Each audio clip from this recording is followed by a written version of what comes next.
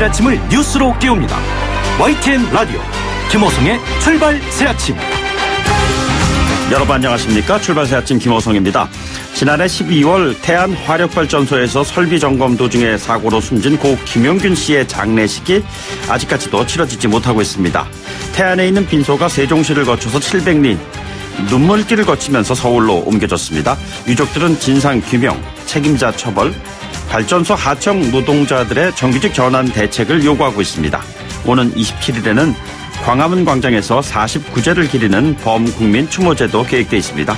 죽음의 외절을 막기 위한 김용균법이 제정된 이후에도 산업 현장의 사망사고는 끊이지 않고 있습니다. 올해 들어서만 더 부산과 광주, 시흥, 나주 등 전국 곳곳 공사장 현장에서 일하다가 근로자가 추락이나 감전 등으로 숨지는 사고가 잇따라 발생했습니다. 김용균법, 이른바 산업안전보건법 개정은 됐지만 열악한 산업 현장 안의 하청 노동자들의 위험은 현재 진행형입니다.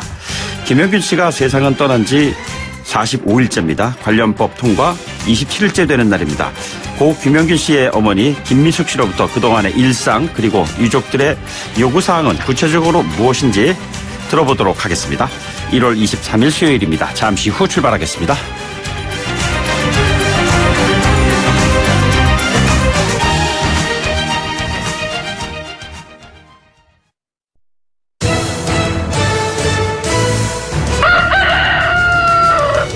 꼭이요 꼭, 출근길 꼭 알아야 할 뉴스, 이종래 꼭 뉴스.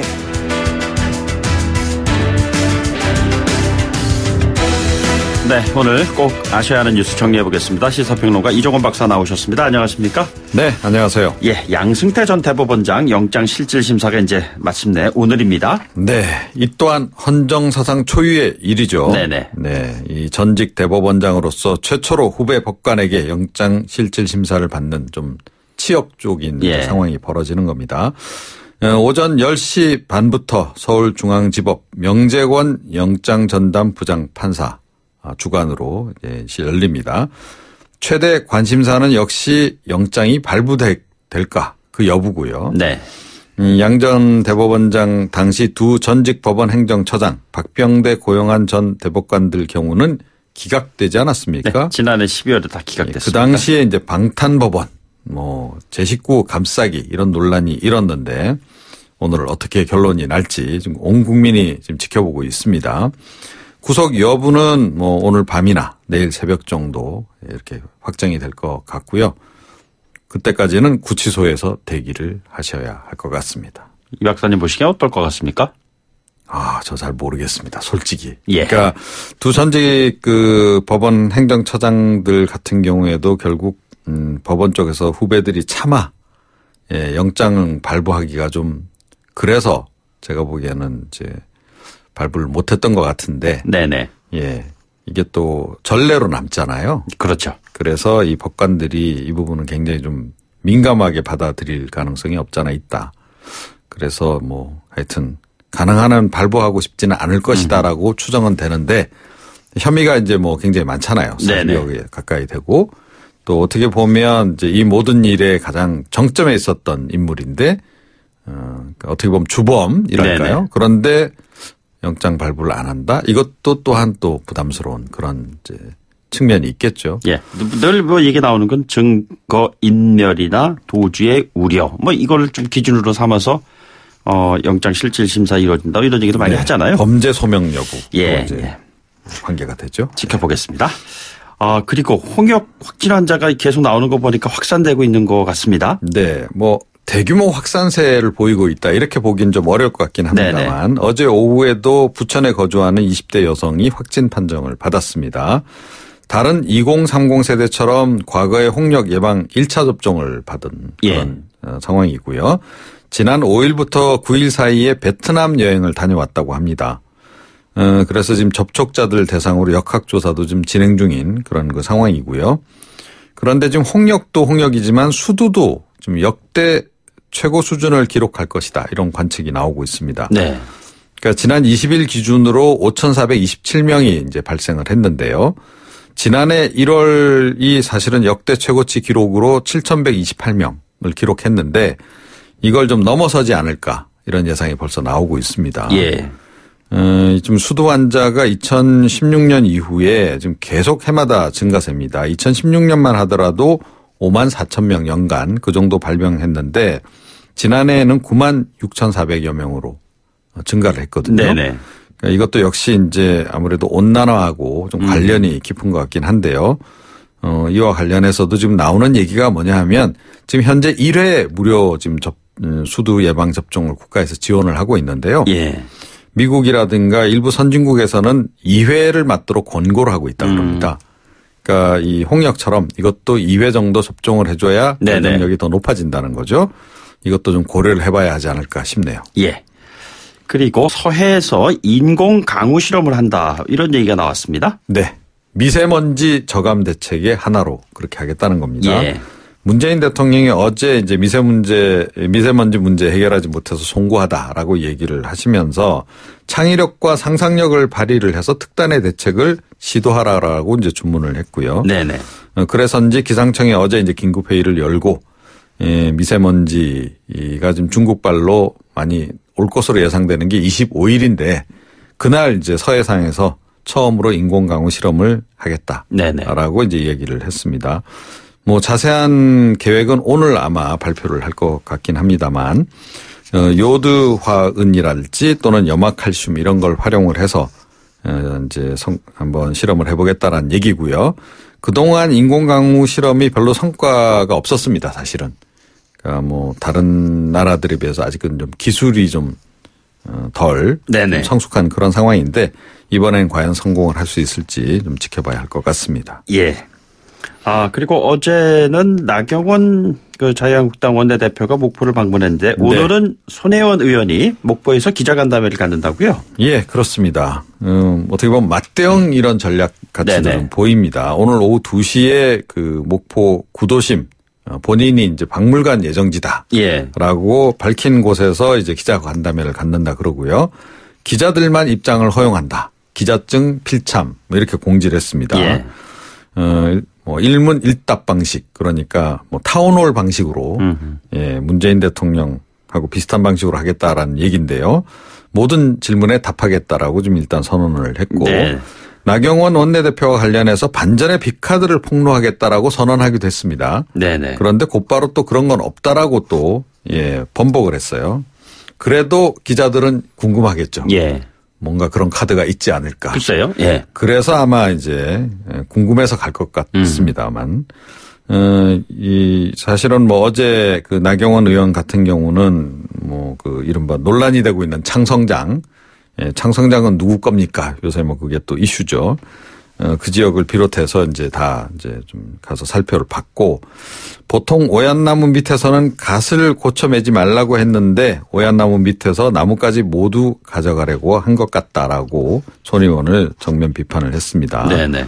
또 이낙연 총리가 어제 고위 당정청 회의에서 한 발언도 이목을 좀 끌고 있는데요. 잘못이 확인되면 법대로 대처하겠다. 네. 약간 좀 선을 긋고 나선 그런 모양새입니다. 이게 창성장은 누구 겁니까? 이게 다스는 누구 겁니까? 그 연장선에서 이제 패러디한 건가요? 그러니까 이것도 이제 차명 아니냐. 이런 얘기죠. 알겠습니다. 그리고 이제 북미 관계 관련해서 폼페이오 미 국무장관이 실무 협상에서 진전이 있었다 이런 언급을 했습니다. 예, 그렇습니다. 네네. 이 다보스에서 열리는 세계경제 포럼 그 연설 관련해서 그 문답하는 과정에서 나온 이제 얘기인데요. 지난주 김영철이 워싱턴 DC를 방문했을 때 트럼프 대통령과 면담 자리에서 더 많은 진전이 있었을 뿐만 아니라 스티븐 비건 대북정책 특별대표고 대표도 최근 지명된 그의 카운터파트와 만나는 기회를 가졌다. 네네. 최선이 이제 북한 외무성 부상을 얘기하는 거죠. 그러면서 이 실무 협상 역시 조금 더 진전된 것으로 마무리됐다라고 언급을 했습니다. 그러니까 이제까지 나온 거에 비해서는 뭔가 좀 진전이 있었던 것 같기는 하고요. 그리고 이 비핵화 달성을 위한 본질적인 조치를 하고 올바른 여건을 조성한다면이라는 전제하에 우리 모두가 기대하는 안정을 가져올 북한의 경제 성장 달성에 필요한 엄청난 민간 부문의 진출이 있을 것이다. 그러니까 일단 뭐 여전히 그 선 비핵화 후 대북 제재 완화를 이제 원칙으로 다시 한번 확인을 하는 그런 발언을 했네요. 이게 개성공단이라든가 금강산 관광 이런 것도 염두에 두고 한 발언일까요? 그렇죠. 그리고 이제 북한 철도 현대화까지도 예. 이제 포함된 개념이 아닌가 이렇게 싶습니다. 예. 지금 스웨덴에서 빅딜, 스몰딜 이런 얘기가 나왔는데 네. 빅딜보다는 스몰딜이라는 얘기가 더 많이 나오는 것 같은데 그렇죠. 그것과 연관되어 있는 뭐가 좀 내용이 좀 있을 수 있을 것 같아요. 더 신전된 것으로 마무리됐다라고 하는 게 바로 그 부분이 아닐까 싶어요. 네네. 예, 그러니까 스몰 D를 아마 미국이 생각하는 그 최저선이었다라고 한다면 예. 거기서 좀 플러스 알파가 좀 있었던 게 아닌가 이렇게 생각합니다. 알겠습니다. 네. 여기까지 듣도록 하죠. 고맙습니다. 예. 네, 지금까지 이종훈 시사평론가였습니다.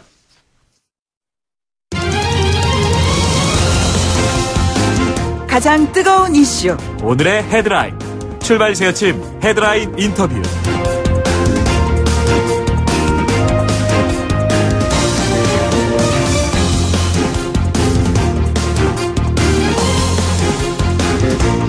네, 요즘 정치권 정말 뒤숭숭합니다. 손혜원 의원 투기 의혹, 서영거 의원의 재판 청탁 의혹, 그리고 선거제 합의 시한이 일주일 정도 남았습니다만 여야가 서로 기싸움만 반복하고 있는 것 아니냐, 뭐 이런 지적들 많이 나오고 있잖아요.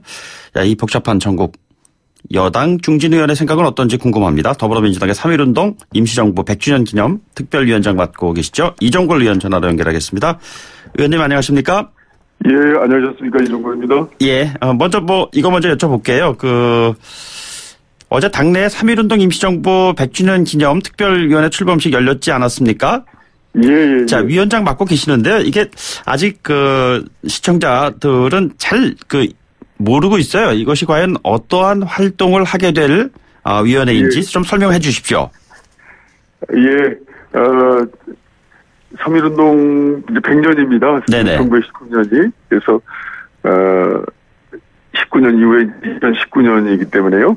그래서 우선 이제 요 3.1운동을 기점으로 해서, 그 후에는 임시정부가 4월 11일 날 설립이 됐습니다. 의정원이 이제 구성이 되면서요. 네네. 그리고 또 그전에는 또, 독립선언이 여러 있습니다. 28 독립선언이라고 일본 그 심장부에서 있었던 일본 유학생 중심으로 한 분들의 독립선언이 이제 2월 8일 있었고요.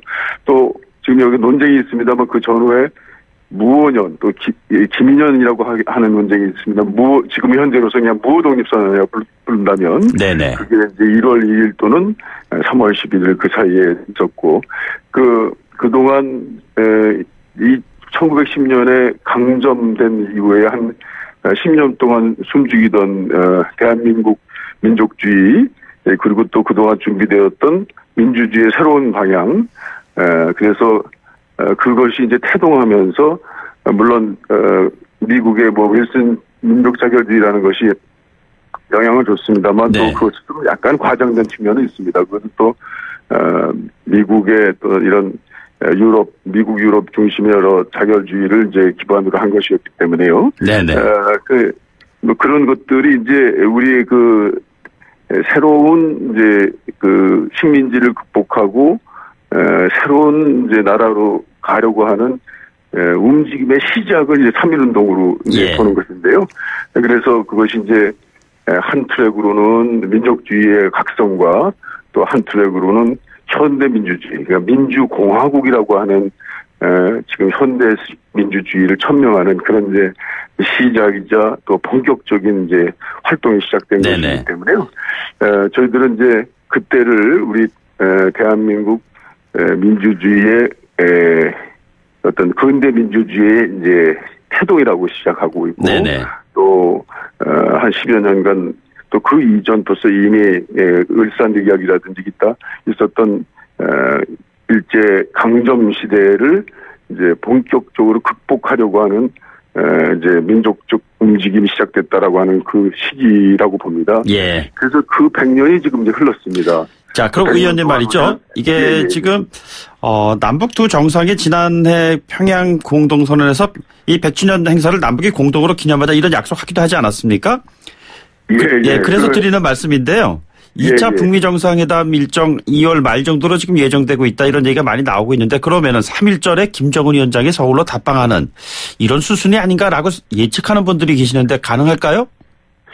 우리 대한민국 중에서는 3.1운동 100년이 갖는 민족 동질성 회복과 평화 번영의 출발점으로 볼 때, 네네. 그리고 또 한 가지는 3.1 운동 이전에는 그렇게 좌우 대결이 심하지 않았던 민족주의적 동질성이 있었던 것이거든요. 네네. 그래서 남북 교류의 정체성 시작, 공동 같은 민족의 시작점으로서의 상징적인 게 3월 1일이니까 네네. 그동안 있었던 여러 이제 정상회담이 있습니다만 이제 역사적으로 김정은 국무위원장의 답방이 3월 1일이면 참 상징적이고 좋겠다라고 하는 이제 바람을 전달한 것으로 알고 있습니다. 그런데 네네. 현재로서는 시기로 볼 때나 그리고 또 지금 현재 볼 때 북한이 3.1운동에 대한 것은 상당히 평가를 하고 있습니다만 임시정부에 대해서는 또 이렇게 평가가 좀 인색한 점이 있습니다. 그래서 그걸 동시에 하고 있는 우리 대한민국의 여러 이제 이번 100년의 시간을 보내는 그 느낌으로는 좀 온도 차이가 있다. 네네. 그래서 아마 3월 1일은 좀 쉽지 않지 않겠나 이런 생각은 하고 있습니다. 그러나 그 바람을 계속 가지고 있습니다. 네. 그런데 이 명칭과 관련해서 3.1 운동을 내년부터 그러니까 그 3.1 혁명으로 명명을 해야 한다. 뭐 이런 의견도 나오고 있고 최근에 이해찬 대표께서도 언급을 하신 것 같습니다. 이런 부분에 대한. 어떤 생각 가지고 계시는지요? 기본적으로 이제 3.1 운동이 추구하고자 했던 것은 기본적으로 그 평화를 하나의 수단으로 하는 평화 선언을 수단으로 해서 그 일본을 포함한 우리 조선 그때는 조선이라고 표현했습니다. 조선 네네. 또한 다른 나라까지 다 공존해서 잘 살자라고 하는 그런 이제 사회동포적인 개념을 가지고 있습니다. 보편주의적인 개념을 가지고 있는데 그런데 또 거기에는 현대식 민주주의, 민주공화국이라고 하는 이념, 제국에서 이제 민국으로 우리가 이행됐고 국민의 나라를 건설해야 된다라고 하는 그런 이념이 있었습니다. 네네. 그렇기 때문에 그 수단이 폭력적이지 않았습니다만 보통 혁명이다 그러면 폭력이라는 것이 필요하다라고 하는 견해가 있어요. 그러나 이미 3.1운동의 시기는 독립을 선언하고 또 민주주의 민주공화국이라는 것을 표방한 새로운 패러다임으로 가는 정체의 변동, 국체의 변동, 새로운 도전의 변동이기 때문에 그것은 혁명으로 보는 것이 낫다. 네네. 그런 이제 입장을 저희들은 가지고 있습니다. 그래서 이제 이해찬 대표도 어제 분명히 그 정명 운동을 하겠다라는 말씀을 하셨고 저희로서도 본격적으로 역사학적 뒷받침이라든지 이런 것들을 좀 받아볼 생각입니다. 그러나 네네. 아직까지 그것이 분명히 그 명칭에 가지고 있는 그 아주 상징성 또 여태까지 해왔던 역사성에 비추어서 네네. 그걸 이제 신중하게 혁명을 운동을 또 혁명으로 하는 그런 입장은 좀 아직 정해진 건 아니다. 그 입장을 이렇게 이제 개진하고 있는 그런 상황이다 이렇게 보면 되겠습니다. 알겠습니다. 지금 의원께서 사개특위에 지금 소속돼 계시는데 오늘 양승태 전 대법원장에 대한 영장 실질 심사가 진행이 됩니다. 어떻게 될 거라고 보시는지요? 또는 어떻게 돼야 한다고 보시는지요? 그동안 박병대 고영한 전 법원행정처장 또 여러분이 이제 영장 청구가 됐습니다만 그 임종원 전 법원행정처장을 제외하고는 모두 이제 영장이 기각됐습니다. 그렇습니다. 이번에 양 전 대법관의 이제 얘기는 남용 혐의, 사법 행정권 남용 혐의의 중대성 그리고 또 직접 개입 여부가 지금 현재로서는 쟁점인데요. 지금까지 영장 기각한 경우의 사유를 보면 법원은 공모관계 성립 여부를 가장 중요시 여겼거든요. 공모관계. 지금 양 전 대법원장이 사법권 남용이 있을 때 공모관계를 얼마나 구체적으로 입증할 수 있느냐. 그래서 탄탄하게 이것을 수사해서 우리가 짐작하는 것처럼 아주 분명한 증거와 입장이 정해진다. 분명히 양승태 전 대법원장은 이를 부인하고 있기 때문에 그런 인적 증거로서 그것을 뒷받침해야 되는데 과연 지금 여태까지 해왔던 법원의 영장 발부의 어떤 기류로 볼 때 기각 가능성이 좀 더 커 보이긴 합니다만 그러나 국민 정서는 국민 정서는 그 남용 행위의 어떤 중대성 그리고 또 국민들에게 보여줬던 여러 가지 비춰졌던 것들의 판단은 이번 기회에 사법 행정권의 남용이라는 그 농단 행위는 좀 특단의 그런 조치를 해야 되는 것 아니냐라고 하는 입장을 가지고 있고 뭐 저도 그런 입장입니다. 네네. 예. 국민 정서 쪽의 입장을 가지고 계신다 이렇게 정리를 하면 되겠죠? 예, 그렇습니다. 예. 그런데 최근에 민주당의 서영교 의원 같은 경우에도 보면 사법농단 사태 연루됐다 뭐 이런 의혹도 제기되고 실질적으로 보직도 내려놓고 이런 상황이지 않습니까? 예. 민주당의 사법개혁을 하는 데 있어 갖고 정작 내부에서는 또 이런 일을 벌이는 거에 대해서 썩 그렇게 탐탁지 못한 것 아니냐라는 시선이 좀 있습니다. 어떻게 생각하십니까? 예, 이 사법농단 행위는 국민들이 사법부에 대한 아주 그야말로 최종적이고 강력한 신뢰를 보내줬던 것을 비추어서 의혹이 있고 의심이 있다면 그건 철저히 파헤쳐서 국민들의 어떤 의심을 해소시켜줘야 될 그런 책임이 있다고 생각합니다. 네네. 그런 과정에 이제 우리 민주당에서도 그런 이제 의원의 민원 업무 처리 과정에서 있었던 것이 어찌 보면은 부탁과 이제 어떤 청탁을 이제 사실 구별이 잘 안 되는 이제 그런 상황에서 의원들이 이제 그 민원 처리의 어떤 필요성이나 이제 꼭 해야 되겠다는 생각 뭐 네네. 이것 때문에 했던 것 이런 것들이 어느 누구 하나 좀 사실 이렇게 자유롭지 못합니다. 네네. 그래서 참 이번 계기로 해서 이 내용을 정말 아프게 다 받아들이고 또 어느 누구에게 내로남불이 아닌 어느 네네. 누구에도 이 사법개혁을 추진할 수 있는 동력은 공정성에서 나오는 것이기 때문에 네네.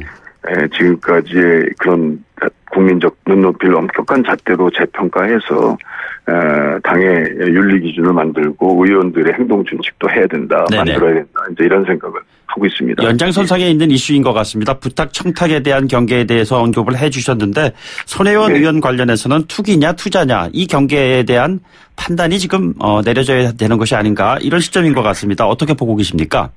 예, 손혜원 의원에 대해서는 저도 가깝고 참 그분의 아주 직관적이고 당당한 행동이나 이런 것들이 우리 의원들한테 굉장히 신선한 바람을 일으켜 주셨던 분이거든요. 네네. 그래서 참 그런 이제 개인적 정이 참 아직까지도 그걸 이제 지금 우리 국민들 볼 때 이게 좀 민주당이 왜 저러느냐 이런 생각을 하고 있는 분들이 꽤 많은 것 같습니다. 사실 그렇습니다. 투자나 투기냐. 뭐 그런 판단의 문제는 좀 있습니다만 되게 사실관계는 드러나 있거든요. 네네. 근데 이런 생각을 합니다. 공직자로서의 엄격한 자기 관리, 네네. 자기 감시는 국민들이 아무리 요청해도 아무리 강하게 요청해도 그것은 저희들이 받아들여야 된다고 생각합니다. 예. 현재 좀 공직자로서 가지고 있는 이해 충돌 과정에서 좀 더 엄격하게 스스로 해석해서 이것이 일반적으로 볼 때는 뭐 투자이기 때문에 일반적인 기준일 때 큰 잘못이 있겠느냐라고 생각하는 점이 있더라도 그러나 공직자로서 엄격한 이해 충돌에 있어서의 예민한 문제까지도 다 과연 지켰느냐, 내 스스로 양심에 맞느냐 이런 것들을 좀 더 살피는 사안이 돼야 되지 않겠느냐. 저는 좀 아프게 생각하고 있습니다. 야당의 국정조사에 대해서는 어떤 생각 가지고 계십니까? 그런데 국정조사는 이제 사실 사실을 규명하는 작업이거든요. 사실을 규명해서 국민들에게 알 권리를 보장하는 작업이 기본입니다. 그런데 이 경우는 사실 사실관계는 다 드러났습니다. 네네. 거의 대부분이 그렇기 때문에 국정조사까지 할 것이 아니고 이것을 엄중한 국민적 기준에 의해서 어떤 기준으로 어떤 평가할 것이냐라고 하는 걸 우리가 좀 스스로 우리 민주당이 판단해야 되지 않겠냐 이런 생각입니다. 알겠습니다. 오늘 말씀 여기까지 듣도록 하죠. 고맙습니다. 예, 감사합니다. 지금까지 더불어민주당 이종걸 의원이었습니다. 1부 마치고 2부에 돌아오겠습니다. 뉴스를 만들어내는 뉴스, 이슈를 끌고 가는 이슈. 아침을 여는 정통 아침 시사. YTN 라디오 김호성의 출발 새아침. 예, 제가 그 오프닝 멘트를 통해서 말씀드렸습니다만 고 김용기 장례식이 지금 치러지지 못하고 있습니다. 그래서 어머니 김미숙 씨를 전화로 연결을 해서 생방으로 지금 내보낼 예정이었습니다만 워낙 지금 어머님의 상태가 좀 힘드신 상황이어서요. 저희가 방송 직전에 7시 조금 전에 녹음을 했습니다. 그래서 녹음된 내용을 2부에 보내드리는 것으로 그렇게 준비를 하고 있습니다. 잠시 뒤에 방송 내용을 보내드리도록 하죠.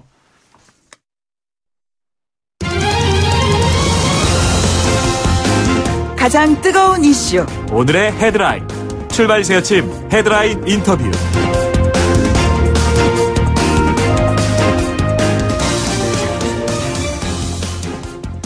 네, 지난달 11일이죠. 안타깝게 목숨을 잃은 25살의 비정규직 청년 김용균 씨 기억하시죠? 꽃다운 나이 김용균 씨의 안타까운 죽음에 전 사회적인 관심이 일어났고 국회에서는 김용균법이 통과되기도 했습니다. 오늘로 법 통과 27일째입니다. 그리고 용균 씨가 세상을 떠난 지 45일째 되는 날입니다.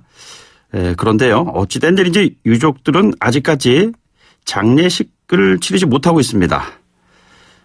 고 김용균 씨의 어머니 김미숙 씨를 직접 연결해 보겠습니다. 어머님 안녕하십니까? 네, 안녕하세요. 네, 이런 시간에 이렇게 전화 연결에 응해 주셔서 감사드립니다. 그동안 어떻게 지내셨는지요? 그냥 여기저기 다니느라고 용균이에 대해서 세상에 알리고 싶어서 네. 여기저기 많이 인터뷰도 하고 방송도 나가고. 어제 빈소를 서울로 옮기셨잖아요. 장례식을 아직까지 치르지 못하고 계신다는데 어떤 이유에서 못 치르고 계시는 건지요? 아직 우리가 바라는 게 아무것도 안 돼 있어갖고. 네네. 예, 그 진상규명 거기에 따른 책임자 처벌 그리고 용균이 동료들 위험한 데서 구하고 싶은데 그런 거 정규직 전환돼야지. 네네. 예, 구할 수 있는데 그게 지금 아무것도 이루어지지 않은 상태입니다. 그동안 그 진상규명이라든가 책임자 처벌 그리고 지금 말씀하신 비정규직 그 노동자들의 정규직 전환 문제 이 부분에 대해서 어머니께서는 전혀 진전이 없다라고 지금 생각하고 계시는 건가요? 지금 대통령님하고 같이 지금 의논 중인데 네네. 지금 논의 중입니다. 그러세요? 네. 대통령을 직접 만나겠다는 의향도 보이신 것 같은데 정작 유족들이 직접 뵙지는 못하셨잖아요. 네. 앞으로 어떠한 지금 계획을 갖고 계시는지요? 그렇다면 최고 책임자인 대통령을 만나서 이야기가 돼야 되는데 네네. 아직까지 안 되고 있어서 지금 그런 쪽으로 지금 얘기가 오가고 있는 상태입니다. 지금 장례식 치르지 못하시는 이유가 책임자 처벌이 안 되고 있고 진상규명도 안 되고 있고 이래서 지금 장례를 치르지 못하시는 겁니까? 예, 원청인 서부발전하고요. 네네. 합성 공공기관 다 지금 잘못하고 있다고 봅니다. 일단 지금까지 나온 사안을 보면 서부발전하고 하청업자에는 과태료를 부과했고요. 발전소 본부장은 사법 처리할 방침이다. 이런 이야기는 좀 나왔습니다. 이 부분에 대해서 근본적인 해결책이 아니다라고 생각을 하고 계시는 건가요? 예, 지금 여태껏 하청 꼬리자르기식으로 마무리했는데 네네. 이번만큼은 원장인 서부발전 사장 김병숙을 네네. 입건해서 구속 수사하길 바라고요. 네네. 실제로 실형을 받아서 일벌백계 하길 바라는 게 있고요. 네네. 그래서 또다시 이렇게 안 되게끔 나라에서 바로 세워주길 바랍니다. 처음 용균이 사고를 접하고 병원으로 왔는데 하청 이사가 저한테 하는 말이 용균이는 성실했고 고집이 있다고 했고 네네. 가지 말아야 할 것을 가서 하지 말아야 될 걸 했으니 보험 들어오는 게 있으니까 그거 받으라고 했습니다. 네네. 예, 그래서 제가 그 이사한테 얘기를 했습니다. 그러면 대기실이 있는데 네네. 거기서 이상 신호가 올 때는 어떻게 처리합니까? 그러니까 신호가 올 때는 절대로 가면 안 되고 네. 처리하면 안 된다고 이렇게 얘기가 돼 있다고 그랬어요. 그런데 그 동료들을 제가 몰래 만나서 얘기해 보니까 그럴 때 어떻게 처리하냐고 물어보니까 그럴 땐 즉시 가서 일을 하라고 지시를 내린다면서 그렇게 얘기를 완전 상반된 얘기를 하고 있더라고요. 그래서 그 사람들은 용균이에게 절대로 이렇게 용균이를 위해서 해줄 사람들이 아니구나 생각하고 그 사람들을 저한테 접근을 못하도록 방어를 좀 해달라고 얘기했습니다. 자, 지금 저 분향소도 서울로 지금 옮기고 장례식장도 지금 서울대병원으로 옮기셨잖아요. 예. 아드님의 분향소 장례식장을 그렇게 서울로 옮기게 된 이유는 그러면 무엇 때문에 옮기시게 된 건가요? 지금 거기서는 고령지청이나 대정청이나 이런 관계되는 이렇게 공공기관에서 네네. 좀 용균이의 사고를 얘기할 때마다 좀 아니한 답변으로 저희가 거기서 일 처리가 안 되겠다 싶어서 그리고 서부발전도 같은 생각이고 그래서 저희가 거기서 일이 진척이 안 되더라고요. 네네. 서울로 오게 됐습니다. 지난해 하고 직접 여기서 얘기하면서 일을 풀어가고자 해서 일로 오게 됐습니다. 예. 지난해 보면은 그 아드님 이름을 그대로 딴 김용균법이 통과됐을 때 그 어머님께서 이제는 좀 아들에게 고개들 면목이 생겨서 고맙다 이런 말씀도 하시고 그래서 이 문제가 이제 좀 조금씩 풀려나가겠구나. 어머님께서 좀 마음이 좀 편해지시겠구나 생각이 들었는데 그 이후에 썩 그렇게 만족스러울 만한 과정이 진행된 게 아닌 것 같습니다. 하나도 제가 이루려고 했던 게 아무것도 없습니다. 그냥 산안법 통과돼서 용균이와 상관없이 다른 사람들은 좋아졌는데 그거라도 일단 사람들이 저한테 고맙다고 얘기를 합니다. 네네. 그래서 그래도 그냥 법이 용균이하고는 상관없는 법이라도 다른 사람들한테는 잘 된 거구나 하고 일단 그런 거라도 고맙게 생각하고 있습니다. 아드님 믿고 나셔서 무척 힘든 나날이셨을 텐데 예. 어떠세요? 이게 보통 사람이라면은 그 한가운데 있기도 참 힘드실 텐데 이렇게 좀 힘겨운 과정을 나날이 지금 이어가고 계시는데 지금 이처럼 좀 어려운 여건을 계속 끌고 나가시는 가장 커다란 이유가 있다면 무엇인가요? 이 기회에 좀 얘기를 해 주시죠. 용균이는 그냥 사고가 난 게 아닙니다. 용균이가 일했던 곳은 서부발전은 정말 험악하고 열악한 현장이었고 그런 현장에서 용균이는 열심히 일하다가 안전장치 하나 없는 상태에서 사고가 난 것입니다. 처참하게 죽은 아들을 보면서 아들이 그렇게 간 것에 대한 깊은 한을 만들었고요. 이 모든 게 나라에서 구조적인 요인으로 비정규직을 만들어서 용균이를 죽게 만들었으니까 원청, 하청 그리고 정부가 책임져야 된다고 생각하고 그래서 대통령께서 나서야 된다고 봅니다. 자, 어머님. 대통령 말씀하셨는데 지금 문재인 대통령을 만난다면 무슨 말씀을 하고 싶으십니까? 용균이를 빨리 저는 이 설 전에 보내고 싶거든요. 네. 장례를 치르고 싶은데 대통령님이 나서 주셔갖고 우리 아들 진상규명 아직 실시를 안 했거든요. 네네. 예, 그거 제대로 좀 우리 사람들 들어가서 우리가 원하는 사람들 들어가서 진상규명해서 책임자들 원청, 하청 그리고 공공기관 고령지청이나 대전지청, 대전청 이런 데를 다 책임지게 좀 하고 처벌을 강하게 만들어서 그런 사람들 다 실형 좀 받게끔 해서 우리나라가 이렇게 지금 많이 돌아가는 게 진짜 안 좋게 보이거든요. 제가 보는 입장에서 그런 거 좀 고쳐나갔으면 좋겠습니다. 그리고 용균이 동료들 지금도 현장에서 일하고 있고 성사를 넘나들고 있는 상태라서 제가 빨리 그 현장을 안전 조치를 내려갖고 빨리 이렇게 시정이 된 다음 그 사람들이 안전하게 일할 수 있게끔 하고 싶고요. 네네.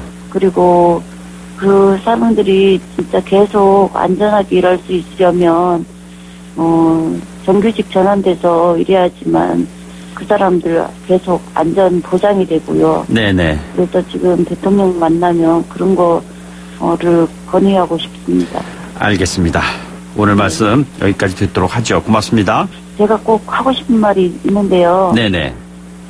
사람들은 왜 그 사람들을 윤규리 동료들을 왜 정규직 고집하는지 잘 모르는 것 같습니다. 네네. 그래서 제가 말하고 싶은 말은 비정규직은 사람 취급을 안 합니다.